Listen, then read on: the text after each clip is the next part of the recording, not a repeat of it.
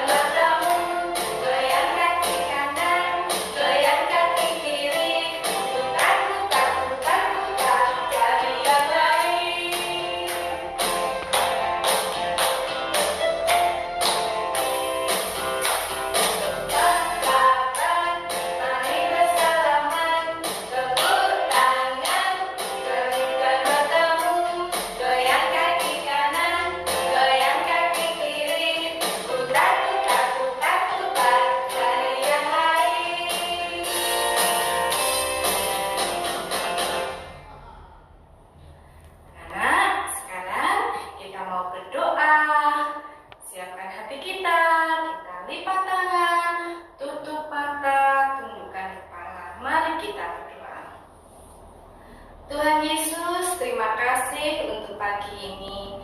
Kami bisa bangun dari istirahat kami Tuhan, dan saat ini kami akan bersama-sama bersekolah minggu. Kami akan memuji Engkau dan mendengarkan firman-Mu. Tuhan, kami mohon Engkau membimbing kami semua dalam ibadah sekolah minggu ini. Dalam nama Yesus kami berdoa. Amin. Anak-anak, Tuhan Yesus itu sangat baik kepada semua, kepada mama, kepada papa, kepada kakak, adik, dan kepada kita semua. Karena itu kita harus selalu memuji Tuhan. Kita harus selalu taat kepada Tuhan. Yuk, sekarang kita akan bersama-sama memuji Tuhan. Kita mau menyanyikan lagu Haleluya, puji Tuhan.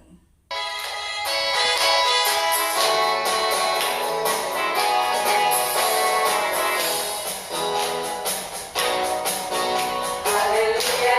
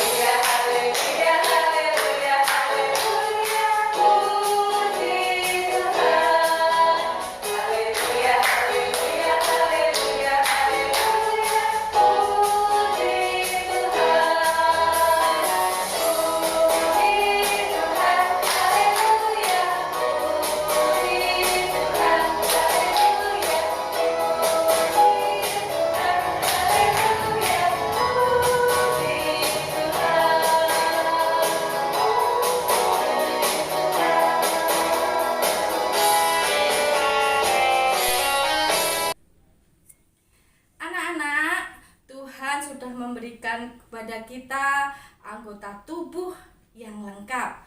Kita mempunyai tangan, mempunyai kaki, mempunyai mata, telinga, dan anggota tubuh lainnya. Nah, kita harus mau menggunakannya untuk hal yang baik. Nah, sekarang kita akan bersama-sama menggerakkan badan kita sambil kita memuji Tuhan. Kita mau menyanyikan lagu Tanganku ke Depan.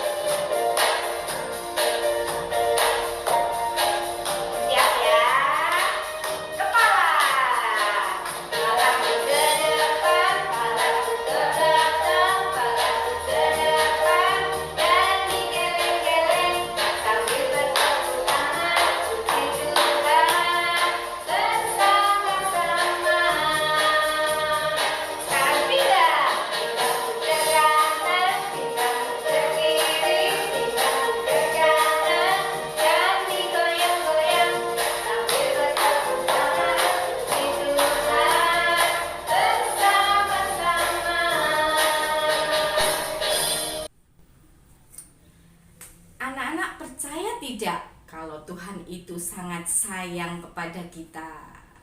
Ya, pasti semuanya percaya ya kalau Tuhan itu sangat sayang kepada kita. Dan kita sebagai orang yang percaya kepada Tuhan, kita harus menjadi anak yang taat, yang patuh, yang dengar-dengaran kepada Tuhan. Yuk, sekarang anak-anak kita kembali memuji Tuhan. Kita mau menyanyikan lagu Cuit-cuit dubidu dam-dam.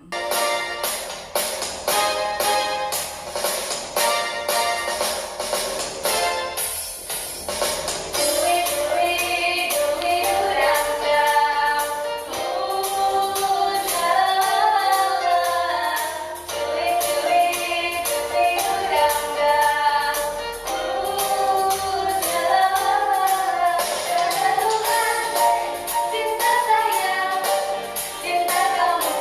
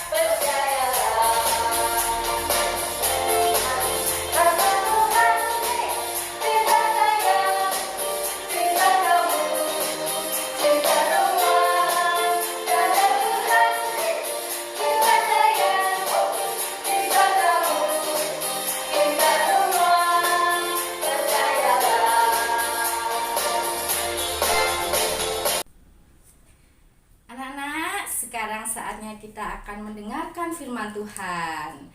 Tapi sebelumnya kita mau memuji Tuhan, kita akan menyanyi lagu Baca Kitab Suci.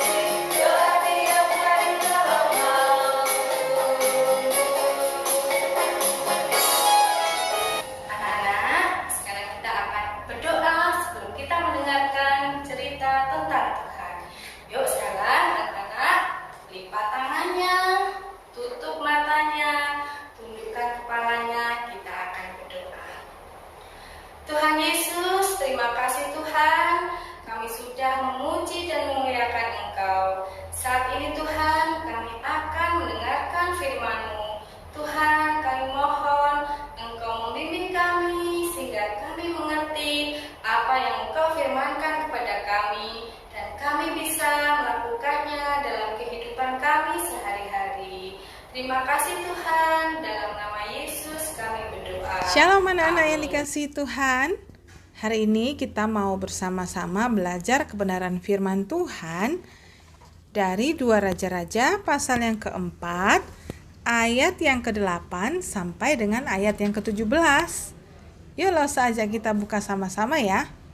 2 Raja-Raja pasal 4, ayat yang ke-8 sampai dengan ayat 17. Kita baca bersama-sama. Pada suatu hari, Elisa pergi ke Sunem. Di sana tinggal seorang perempuan kaya yang mengundang dia makan. Dan seberapa kali ia dalam perjalanan, singgahlah ia ke sana untuk makan. Berkatalah perempuan itu kepada suaminya, "Sesungguhnya aku sudah tahu bahwa orang yang selalu datang kepada kita itu adalah abdi Allah yang kudus. Baiklah kita membuat sebuah kamar atas yang kecil yang berdinding batu, dan baiklah kita menaruh di sana baginya sebuah tempat tidur, sebuah meja, sebuah kursi, dan sebuah kandil. Maka apabila ia datang kepada kita, ia boleh masuk ke sana." Pada suatu hari datanglah ia ke sana, lalu masuklah ia ke kamar atas itu dan tidur di situ. Kemudian berkatalah ia kepada Gehasi, bujangnya, "Panggillah perempuan Sunem itu." Lalu dipanggilnyalah perempuan itu dan ia berdiri di depan Gehasi. Elisa telah berkata kepada Gehasi, "Cobalah katakan sesuatu kepadanya. Sesungguhnya engkau telah sangat bersusah-susah seperti ini untuk kami. Apakah yang dapat kuperbuat bagimu? Adakah yang dapat kubicarakan tentang engkau kepada raja atau kepala tentara?" Jawab perempuan itu, "Aku ini tinggal di tengah-tengah kaumku." Kemudian berkatalah Elisa, "Apakah yang dapat kuperbuat baginya?"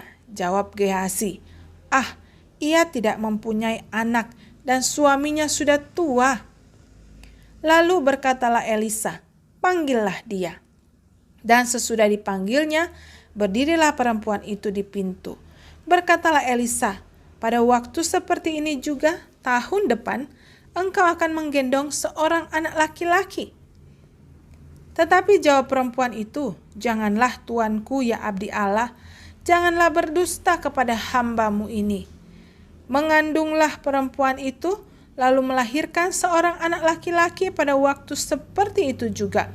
Pada tahun berikutnya, seperti yang dikatakan Elisa kepadanya. Pada suatu hari, Elisa pergi ke Sunem.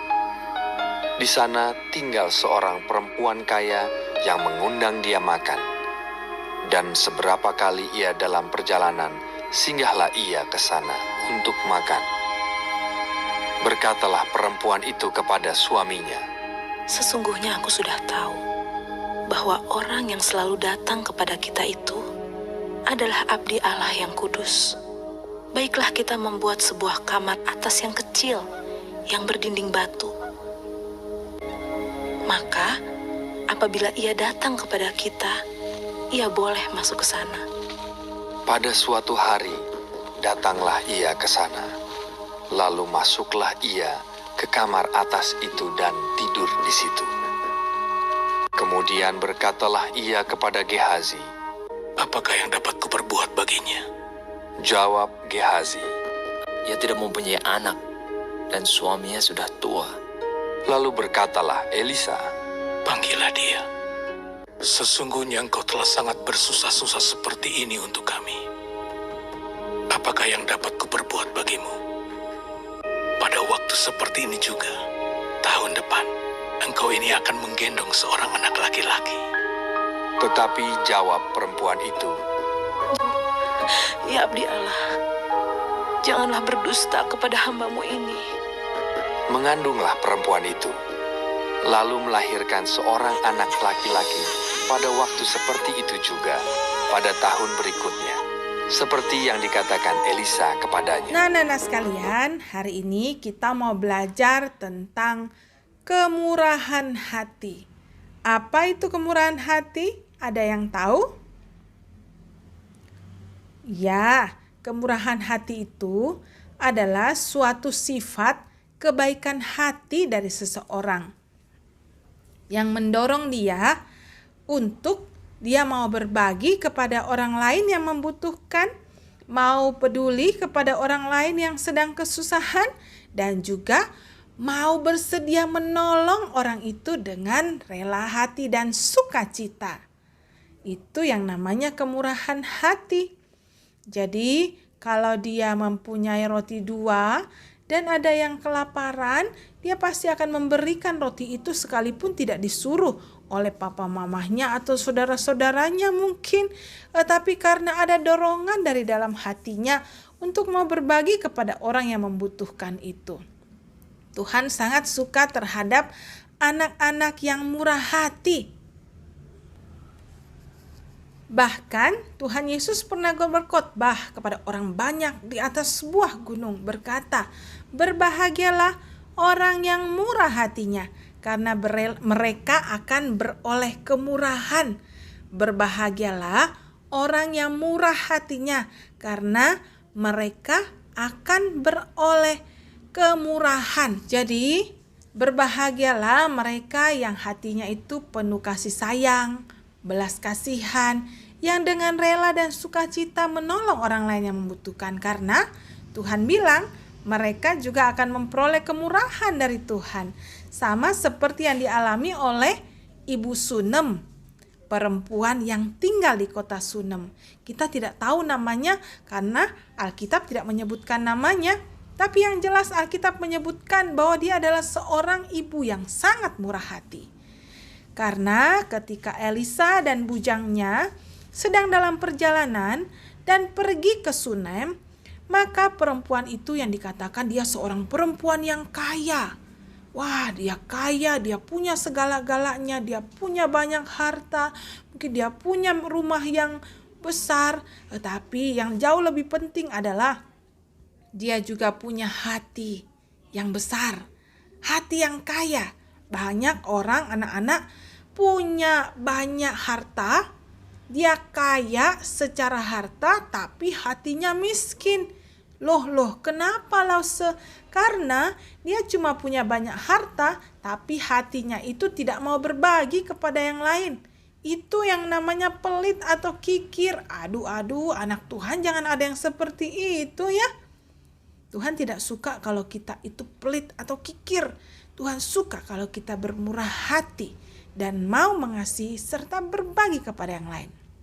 Nah, Ibu Sunem ini ketika melihat Elisa dan bujangnya yang bernama Gehasi ada di kota Sunem, dia tahu itu adalah seorang abdi Allah atau hamba Allah.